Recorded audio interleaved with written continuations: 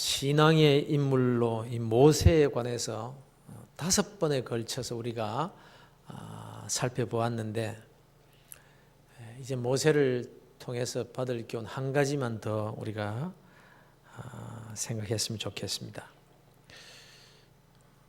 우리가 흔히 성격에 관한 이야기들을 많이 합니다. 성격. 저 사람은 참 성격이 좋다. 아니면 참 저 사람이 성격이 안 좋다. 성격이 별로 안 좋아. 이제 이런 말을 할 때가 있지 않습니까? 그러나 엄격히 따지고 보면요, 이렇게 말할 수가 없는 겁니다. 성격을 두고 우열을 나눌 수가 없는 거예요. 어떤 사람은 성격이 급하고 어떤 사람은 여유가 있다고 합시다. 그러면 누가 좋은 성격입니까? 급한 게 좋은 성격입니까? 여유가 있는 게 좋은 성격입니까? 이것은 우열의 문제로 나눌 수 있는 문제가 아닌 거예요.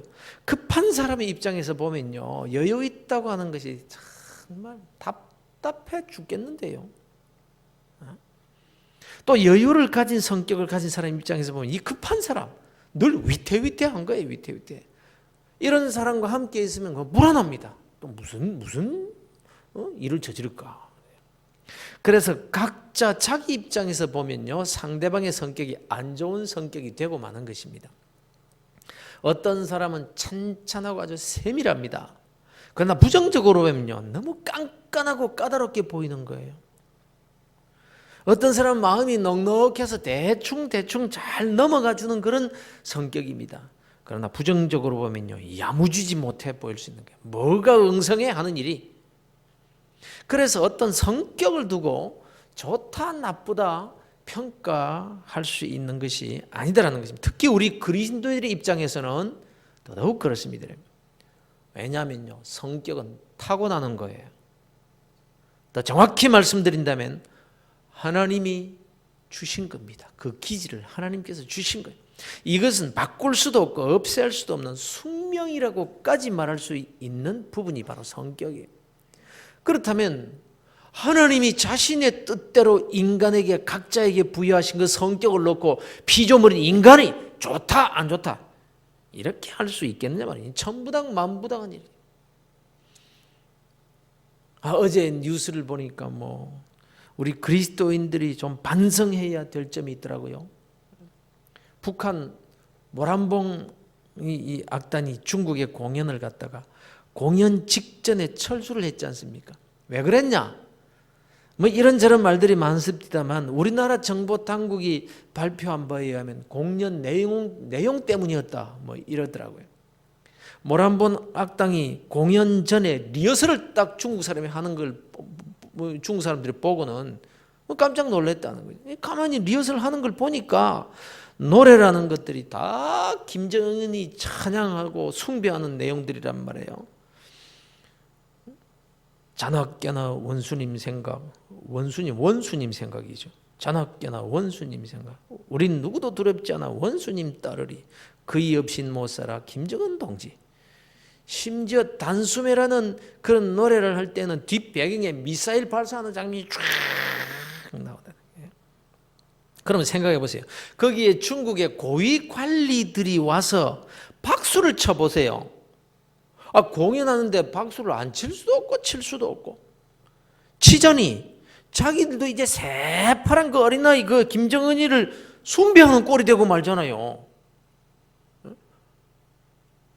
그러니 그걸 우리가 또 박수를 쳤다 그러면 북한이 미사일 발사하는 거 용인하는 것밖에 안 되잖아요. 그러니까 당연히 예술의 사상을 섞으면 안 된다 하면서 그런 내용을 시정하고 몇몇 노래는 빼라고 요구를 할 수밖에. 여기에서 바로 여기에서 김정은이 애인이었다고 알려진 현송월이라는 그 책임자가 한 말이 기가 막힌 거예요. 우리의 공연은 원수님께서 직접 보여주시고 지도해 주신 작품이기 때문에 점 하나 토 하나 뺄 수 없고 빼서도 안 된다. 이렇게 말했다는 거예요. 우리 그리스도인들의 하나님의 말씀에 대한 태도와 비교를 한다면 어떻게 생각들 하세요? 그 딱 들을 때 그 생각 안 납니까? 토시 하나도, 점 하나도 뺄 수 없다. 하나님께서 하나님의 뜻대로 어떤 자에게는 이런 성격, 저런 사람에게 저런 성격을 주셨는데 어떻게 사람이 하나님의 뜻대로 하나님께서 주신 것을 두고 좋다 안 좋다 이럴 수 있겠느냐 말씀입니다. 김정은이가 지도한 공연 내용을 두고 된다 안 된다 좋다 안 좋다 이러다가는 돌아가서 총살당할 게 뻔하니까 그냥 철수하고 보는 거예요. 철수하고 보는 거예요. 그런데 우리는 하나님께서 하신 일을 두고 좋다 안 좋다 해도 사랑의 하나님께서 당장 벌을 내리시지 않으니까 하나님의 말씀을 김정은이 말보다 못하게 여기면서 사는 것 아니냐? 안 그럴까요? 그렇게 생각들 하지 않으세요? 재능의 문제도 그래요. 사람들이 가진 재능은요 다양합니다. 우리가 살아가면서 이런저런 이유로 어떤 재능을 뭐 유명한 사람 이런 사람들 재주꾼을 보면은 그런 사람 부러워합니다만 여러분 재능도요 은사도 하나님의 뜻대로 각자에게 주신 것입니다. 구태여 달란트 비유를 들지 않는다 할지라도 인간 각자가 가진 모든 재능은요 똑같이 귀한 거예요. 똑같이 귀한 거예요. 어떤 사람은 수학적인 재능을 받아서 그런 면에서 머리가 잘 돌아갑니다. 어떤 사람은 그림에, 어떤 사람은 음악에, 어떤 사람은 스포츠에, 또 어떤 사람은 노는 데 재능을 가진 사람, 잘 노는 사람이 있습니다. 노는 것이 어떻게 재능이냐 하실지 모르지만 그렇지 않습니다. 잘 노는 것도 재능입니다. 그래서 그 재능을 잘 가꾸면요 논다는 것이 예술이 되는 겁니다. 예를 들어 보십시다. 평소에 열심히 일하던 사람이 놀러 가면 낚시도 하고 또 뭐 장기도 두고 바둑도 두지 않습니까? 그럼 이 평범하게 볼 때는 바둑 두는 것이 노는 겁니다. 공부하는 아이가 말이죠. 친구들과 바둑을 두고 있으면 이놈의 자식들 하루는 공부도 안 하고 막 놀기만 해. 이제 그만 놀고 가서 공부들 해. 이럽니다. 회사에서 사원들이 점심시간에 짬을 내서 바둑을 두는데 일할 시간이 된 줄도 모르고 두다가 사장에게 걸렸습니다. 그러면 사장이 당신들 회사에 일하러 왔어요? 놀러 왔어요? 이럴 수 있는 거예요. 그렇다면 여기서는 적어도 바둑을 둔다는 것이 노는 것이라고 말할 수 있습니다. 그런데 이창호나 이세돌이 이 사람들이 바둑을 둘 때 논다고 할 수 있나요? 조치훈이나 조훈현이 두는 바둑을 두고 심심해서 놀기 삼아 두는 바둑이라고 할 사람은 아무도 없는 거예요. 모든 재능은요 다 하나님이 주신 것입니다. 하나님이 주신 그 재능조차 인간들이 우열을 나누어서 생각하는 것이 문제일 뿐인 거예요. 그렇다고 성격과 재능은 하나님께서 주신 것이기 때문에 내 성격대로 내 재능대로 살겠다고 하면서 막무가내 자기 성질대로 자기 적성대로 살아도 된다는 말은 아닙니다. 사실 오늘 일어나는 모든 문제들이 이렇게 자기 마음대로 자기 생각대로 자기 성질대로 자기 고집대로 자기 좋은 대로 살려고 하기 때문에 생기는 일들이라고 볼 수 있기 때문에 그래요. 그런데 왜 사람들이 이렇게 남을 무시하면서 자기 뜻만 주장하면서 그렇게 살려고 할까요? 언뜻 생각하면 우월의식 때문이라고 생각하기가 쉽습니다. 자기가 가진 재능이나 그 자기 소유에 대한 그 자부심 때문에 남을 무시하게 된다는 거죠. 그런데 놀랍게도 이것이 우월의식 때문이 아니라 실상은 열등의식 때문이라는 거예요. 대부분이. 사람은 누구나 다 열등의식을 가질 수가 있습니다. 아니 열등의식을 가지고 살 수밖에 없어요. 왜냐하면 하나님께서 모든 재능을 한 사람에게 다 주신 적이 없기 때문에 남이 가진 재능 내게는 없고 내가 가진 재능을 다른 사람이 못 가질 수가 있는 거예요. 그래서 모든 면에 완벽한 사람은 이 세상에 단 한 사람도 없는 겁니다. 오늘 우리가 살펴보고자 하는 이 모세 말입니다. 모세. 하나님께서 대면하여 아신 자. 역사상 그 어떤 사람과 비교도 할 수 없을 만큼 하나님께서 들어 쓰셨던 사람 모세. 사실 모세만큼 위대한 삶을 살다가 간 사람이 없을 겁니다. 바로 이 모세가 가졌던 열등 의식을 통해서 우리가 받아야 할 교훈을 살펴보고자 합니다. 하나님께서 특별히 사용하신 역사상 가장 위대한 일을 했던 이 모세도 우리와 성정이 똑같은 사람이었습니다. 아니, 우리가 지금까지 살펴본 대로 모세는 오히려 나면서부터 죽은 자였고 큰 소리 칠 것 하나도 없는 자였음 우리가 이미 교훈으로 받을 수가 있었습니다. 모세도 우리와 동일한 평범한 인생에 불과한 자였습니다. 그러니까 하나님이 이스라엘의 위대한 영도자라고 해서 그에게는 다른 사람들과는 달리 모든 재능과 모든 지식과 온갖 좋은 성격을 다 주신 것은 아니라는 것입니다. 열등의식으로 따지자면요, 모세만큼 열등의식을 가진 사람도 없었을 겁니다. 우리가 지난 시간에 살펴본 대로 하나님이 모세를 불러서 내가 애굽의 압제에서 고통받는 내 백성 이스라엘을 구원해내기 위해서 내가 모세 너를 사용하기로 작정했다. 바로에게 가서 내 백성을 인도하여 젖과 꿀이 흐르는 가나안 땅으로 인도해 내거라. 그때 모세가 뭐라고 했죠? 내가 누구간데 바로에게 가며 이스라엘 자손을 애굽에서 인도해 내겠습니까? 나는 못합니다. 이럽니다. 여러분, 이 대답 속에 포함된 모세의 열등 의식을 여러분 이해할 수 있겠습니까? 애굽의 궁정에서 40년 동안 생활했다고 하지만 거기서 실패해서 도망 나와서 40년 동안 광야에서 양이나 먹이는 촌부로 살았습니다. 젊음의 박력도 사라진 지 오래입니다. 가지고 있던 지식도 가물가물 다 잊어버렸고 그저 이마에는 주름이여 머리는 반백이 되어서 이제 인생의 황혼의 그림자가 짙게 드리워진 그야말로 80 노인이었습니다. 그러나 말입니다, 나이 많다고 의욕까지 없어지는 것은 아닙니다. 욕심이 없어지는 것도 아닙니다. 오히려 나이가 들면 밀려나는 것에 더 속상해하고 밀려나지 않으려고 오히려 무언가 움켜쥐려고 무언가 더 해보려고 하는 그런 성향이 다 있는 거예요. 그게 모세가 힘이 없어서 이런 말을 한 거 아니에요.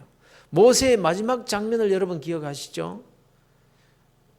하나님께서 모세를 부르셨을 그때부터 벌써 40년이 지난 나이가 120세 때 그때의 상태 말입니다. 모세의 죽을 때 나이 120세나 그 눈이 흐리지 아니하였고 기력이 쇠하지 아니하였더라. 하나님의 부르심을 받았을 때는 40년 전입니다. 120세 때도 끄떡도 없었어요. 그 모세는 하나님께 부름을 받을 때 젊은이 못지 않았던 사람이었습니다. 그런 모세를 하나님이 부르시고 내가 전능하신 하나님 그분이 내가 너와 함께 하겠다라고 직접 말씀하신데 나는 못합니다. 나는 못합니다. 그래서 하나님은 지팡이를 뱀으로 만들어 보여주시고 다시 잡아봐라. 그 지팡이가 뱀이 되게 하시고 손을 가슴에 넣어봐라.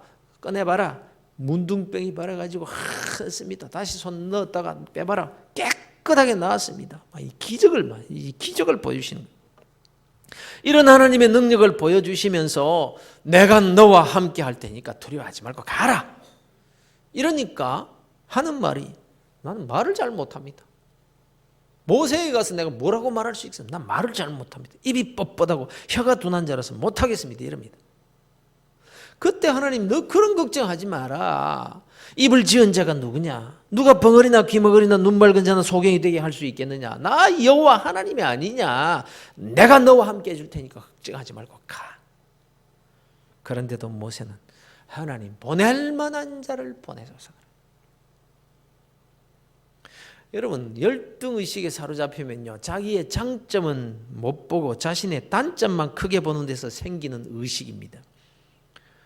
단점이 없는 사람이 없지만 장점이 없는 사람도 없는 거예요.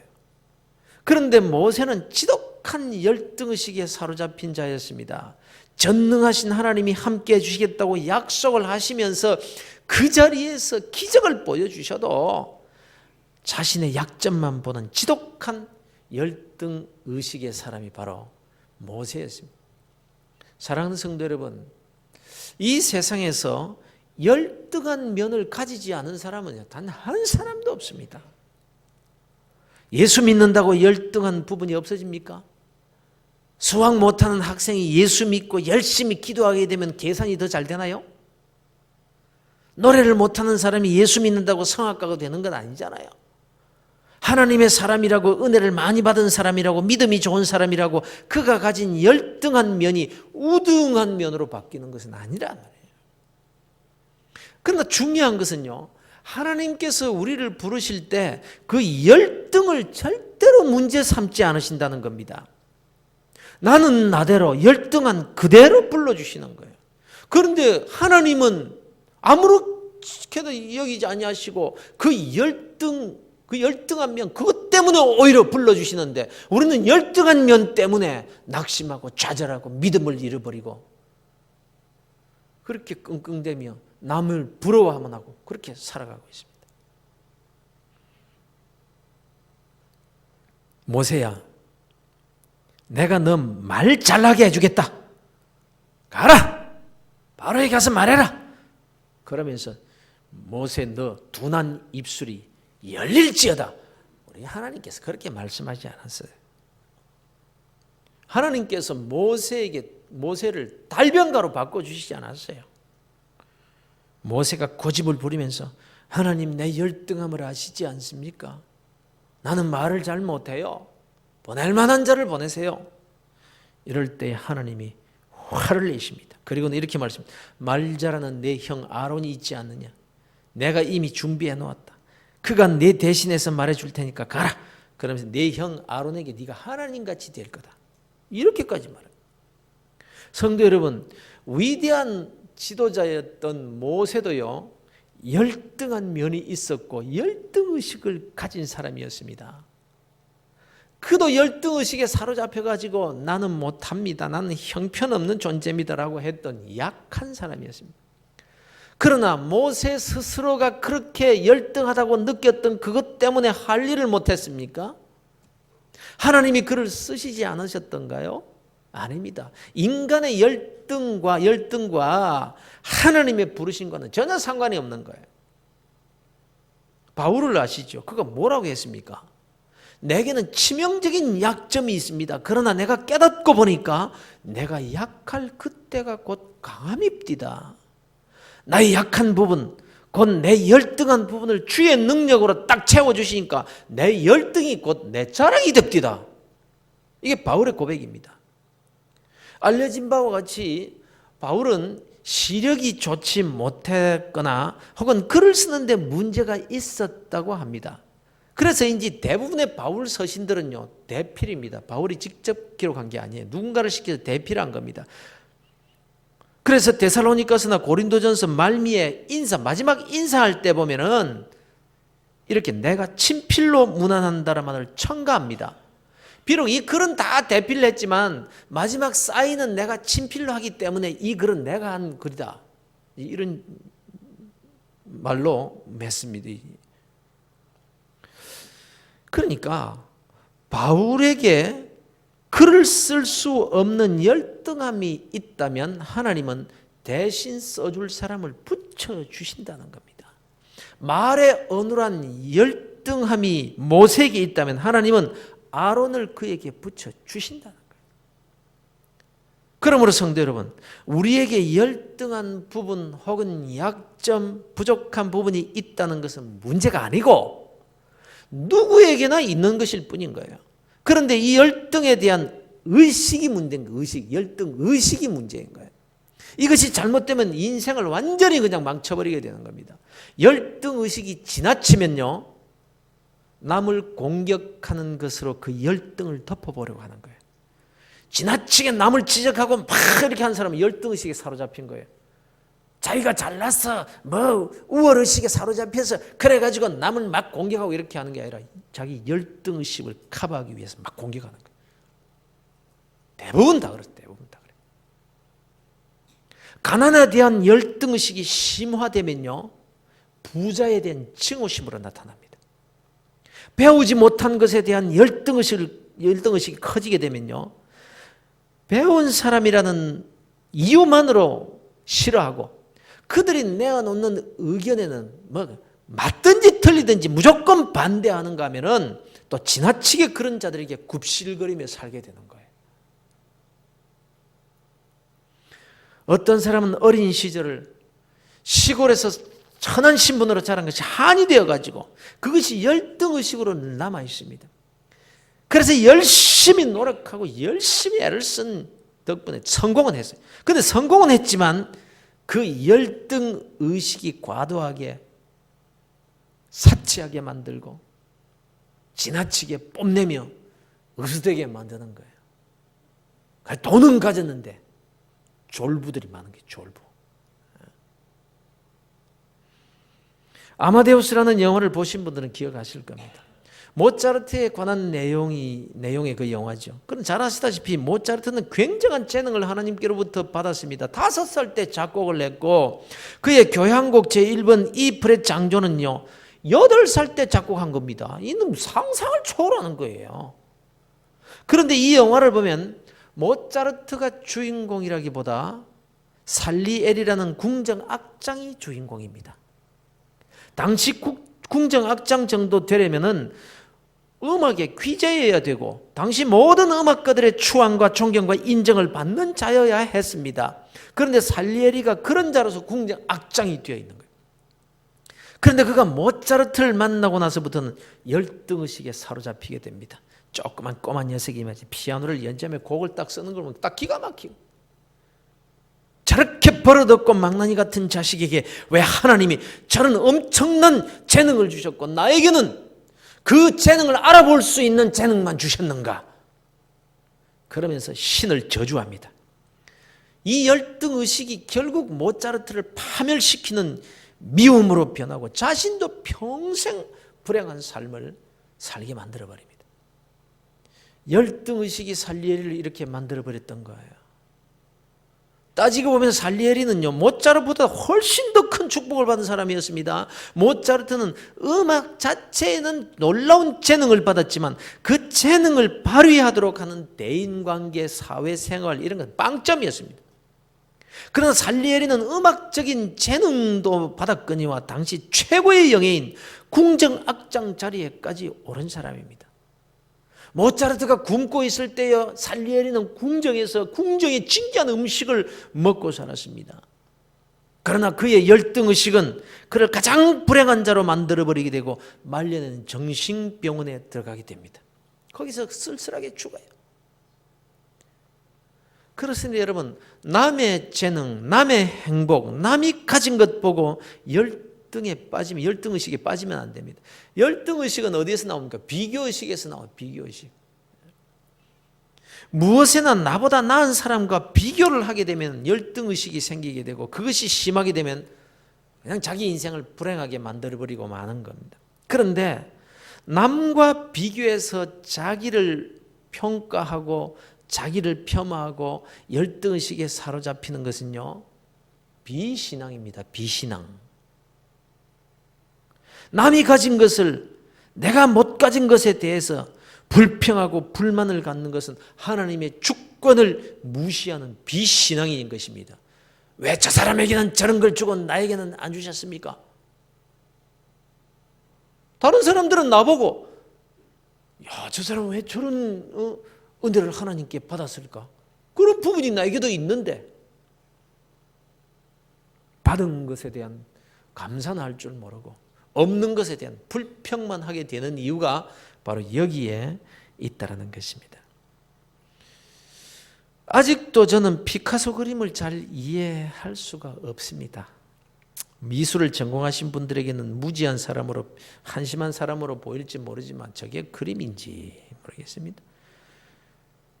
그림 하나의 값이 수십억 원 한다는데 도무지 이해가 안 됩니다.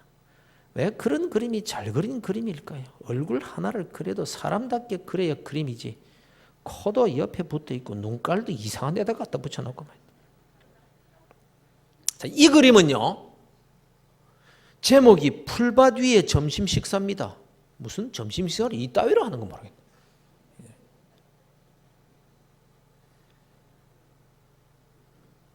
그런데 하여간 우리가 그림 잘 그렸다, 나 같은 사람이 그림 잘 그렸다는 사실 그대로 그리는 그런 구상화보다 추상화가 훨씬 더 비싸더라고. 그림 같지 않은데 훨씬 더 비싸더라고. 근데 저 같은 사람이 이해가 안 된다고 피카소를 두고 형편없는 화가라고 한다면 그 말이 되겠습니까? 이 피카소의 그림을 두고 생각해 보세요. 인생은 모두가 다 하나님의 작품입니다. 그런데 어떤 사람은 얼굴이 잘생겼다고 뽐내는가 하면 어떤 사람은 자신이 못생겼다고 하면서 열등의식에 빠져 허우적거리는 사람들이 많이 있어요. 어떤 여학생이 얼굴 성형수술 안 해준다고 자살한 애가 있어요. 그러나 조금만 더 따지고 보면요, 소위 잘생겼다는 사람은 하나님의 구상화, 못생겼다라고 하는 사람은 하나님의 추상화. 어떤 게 더 비싼데요? 추상화가 훨씬 더 비싸다니까, 훨씬 더 비싸다니까. 그러니 감히 하나님의 작품을 두고 누가 못났느니 잘났느니 할 수가 있겠냐라는 거예요. 그것이 자신을 두고 하는 말이든지 남을 두고 하는 말이든지 이거는 불신앙이에요. 정말 우리가 하나님을 전능하신 하나님, 섭리의 하나님, 그리고 완벽하신 하나님, 실수가 없으신 하나님이라고 우리가 믿는다면은 우리가 쉽게 그렇게 말할 수 있는 게 아니에요. 쉽게 자기 얼굴 꼭 뜯어 꽂히려고 하는 게 아니란 말이에요. 좀 마음이 찔리는 사람이 있을 겁니다. 여러분, 우리 그리스도인들은요, 남과 비교해서 열등의식에 빠지면 안 되는 거예요. 여러분, 우리의 약점과 결점을 두고 부끄러워하거나 숨기지 않는 그런 믿음이 필요한 거, 있는 그대로 사는 거예요. 나의 약함에도 하나님의 선하신 뜻이 있다는 것을 믿어야 되는 거예요. 하나님이 그 약한 부분의 능력으로 채우시면 나의 강함보다 나의 약함이 더 강하게 되는 거예요. 그러니 믿음의 사람에게는 약함이 오히려 기회고, 그 약함 때문에 하나님을 만날 수 있고, 그 약함 때문에 예수 그리스도의 능력을 받아서 살아갈 수가 있는 거예요. 약함이 약한 겁니까? 그래서 바울 사도가 나의 약함을 자랑한다라고 말했던 것입니다. 모세는요, 자기가 말을 잘하지 못하는 것 때문에 열등의식을 가지고 있었습니다. 그래서 하나님께서 자기를 쓰시려면 적어도 지팡이로 뱀이 되게 하셨다가 지팡이가 또 다시 지팡이가 되게 하시는 그런 일이나 손에 나병이 들었다가 나았다가는 그런 기적을 보여주실 것이 아니라 말을 잘하게 해주셔야 되는 것이었어요. 그런 기적 필요 없고, 지금 내가 말을 못하니까 현실적으로 말 잘하게 해주세요. 그래서 10절에 보면 이렇게 말합니다. 모세가 여호와께 아뢰되, 오 주여, 나는 본래 말을 잘하지 못하는 자니이다. 주께서 주의 종에게 명령하신 후에도 역시 그러하니 나는 입이 뻣뻣하고 혀가 둔한 자니이다. 무슨 말입니까?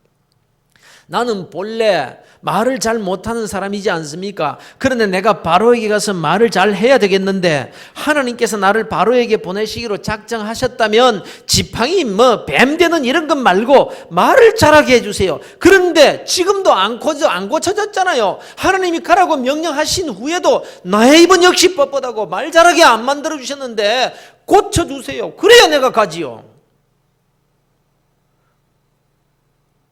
주님께서 가라고 허락하신 지금도 나의 열등함은 그대로 남아있잖아요. 하나님, 난 못 가요. 난 못 가겠어요. 여러분 기억하죠? 하나님은 모세의 열등함을 고쳐주신 것이 아니라 말 잘하는 아론을 붙여주시고는 네가 아론에게 하나님같이 될 거다. 네 입으로 꼭 말해야 되냐? 그리스도인은요, 자기 약점과 부족함을 솔직히 인정할 줄 알아야 됩니다. 그래야 열등의식에 빠지지 않습니다. 그래서 남을 부러워하지 않고 오히려 자기 열등의식 감추려고 남을 공격하는 그런 사람이 안 될 수 있는 거예요. 스스로 생각해 보세요. 그래서 그렇게 될 때에, 자기 약점과 부족함을 솔직히 인정하는 사람이 될 때에 그 약한 부분은 남에게 맡길 줄도 알게 되고 나보다 더 재능을 가진 자를 귀하게 여기고 또 인정해 줄 아는 성숙한 그런 사람이 되는 거예요. 여러분,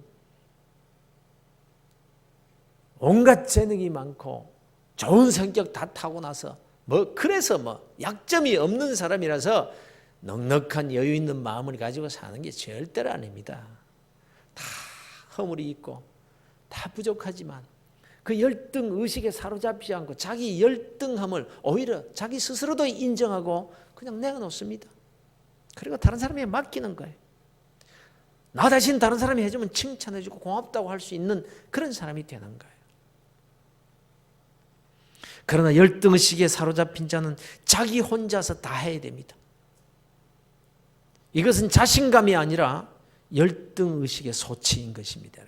사랑하는 성도 여러분, 우리는 모두가 다 남과 비교할 수 없는 하나님의 자녀들입니다. 그래서 우리는 언제나 누구나 그리스도인은 전부가 다 하나님 앞에서 단독자예요. 단독자.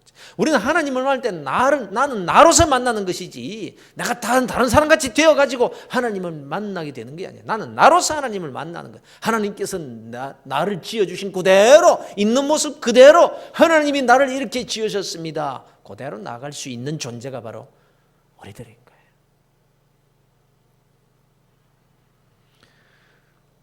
우리들은 남과 비교하면 열등한 면을 다 가지고 삽니다만 절대로 열등 의식에 빠져 살 사람들이 아닌 거예요.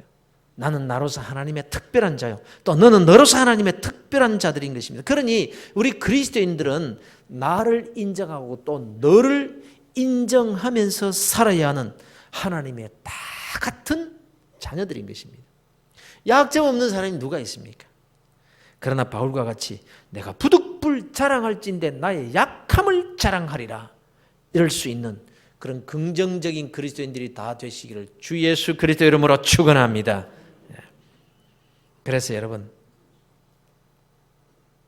그 어떤 경우에도 낙심하지 마시고 자신 있게 사십시다.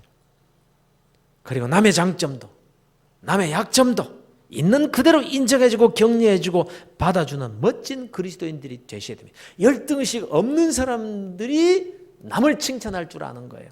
열등의식을 가진 사람이 남이 잘하면요 벨이 꼴려가서 못 살아.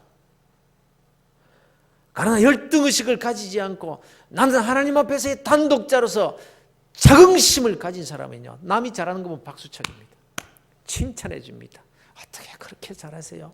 우리 교회에 보배세요.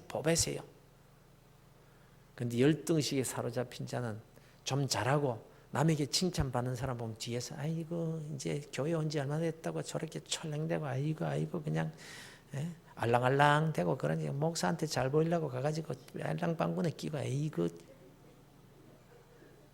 이런 인간 되는 거예요. 열등의식 때문에.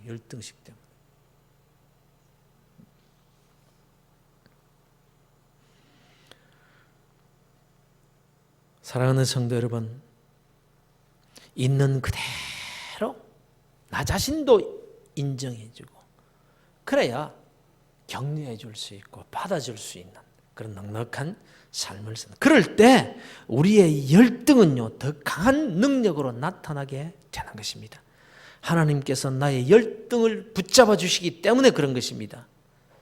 여러분의 그 약해 보이는 삶 속에서 하나님의 놀라운 능력이 나타나는 삶을 사시기를 우리 주 예수 그리스도 이름으로 축원합니다.